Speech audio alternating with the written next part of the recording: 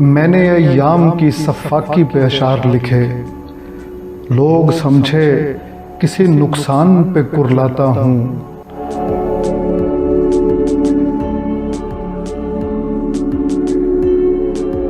हर नई बात पे झुठलाते हैं अहबाब मेरे, मुख्तलिफ होने की हर बार सज़ा पाता हूँ।